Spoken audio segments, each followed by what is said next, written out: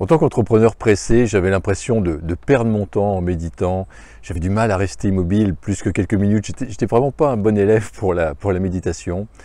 Et j'ai fini par comprendre, grâce à Christophe André, que nous pouvons méditer en mangeant, nous pouvons méditer en marchant, nous pouvons méditer également en nageant.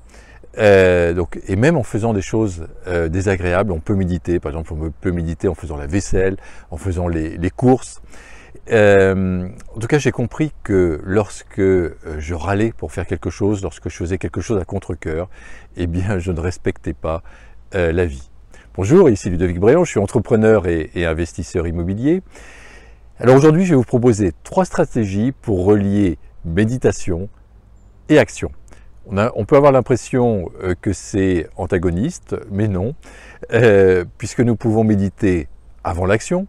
Avant le repas, il y avait ce qu'on appelait la bénidicité, ou son équivalent dans plusieurs cultures. Ça tente à disparaître, mais c'est dommage parce que ça permettait de prendre conscience de la chance d'avoir de la nourriture, d'avoir un corps pour en profiter. Quand je rentre sur scène, par exemple, avant une conférence, eh bien, je prends un moment pour me recentrer sur le message que je souhaite faire passer. Même chose avant un rendez-vous, même chose avant une réunion. Je prends un moment sur le pourquoi de cette rencontre, le pourquoi de cette réunion.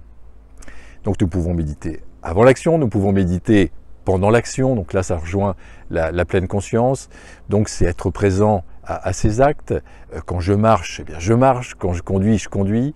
Quand je suis en rendez-vous avec une personne, je suis totalement avec cette personne. Non, et je ne suis pas en train de penser au rendez-vous suivant, de penser à des problématiques. C'est ce que je faisais dans mon ancienne vie. J'étais le roi de faire plusieurs choses en même temps. Je conduisais, je téléphonais, je répondais à des SMS, puis tout ça, ça augmentait mon stress. Donc progressivement, eh bien, je tente à revenir en pleine conscience et à être vraiment présent à chaque action que je fais. Donc nous pouvons méditer avant l'action, pendant l'action, et nous pouvons méditer également après l'action. Donc nous pouvons en fait éviter de passer immédiatement à autre chose. On peut se centrer sur notre état. Je viens de terminer un rendez-vous, je viens de terminer une réunion ou une conférence. Quelle émotion j'ai, quelle pensée me traverse donc l'esprit. Après un rendez-vous difficile, par exemple, plutôt que de repartir très rapidement dans un nouveau SMS, la réponse à un mail ou un nouveau coup de téléphone, peut-être pour pas justement sentir les choses, eh bien, prenons le temps de ressentir, et prenons le temps de ressentir, même d'une manière générale, nos joies, nos succès, nos erreurs, nos peines, et également tout ça, ça vient alimenter notre être. C'était Ludovic Bréant qui vous aide à entreprendre et qui vous aide à investir pour participer à la création d'un monde meilleur et qui vous aide à réaliser vos projets de cœur. Si cette vidéo vous a inspiré, eh bien, abonnez-vous à la chaîne YouTube si ce n'est pas déjà fait, ou partagez-la, likez-la. Je vous souhaite le meilleur et je vous dis à très bientôt.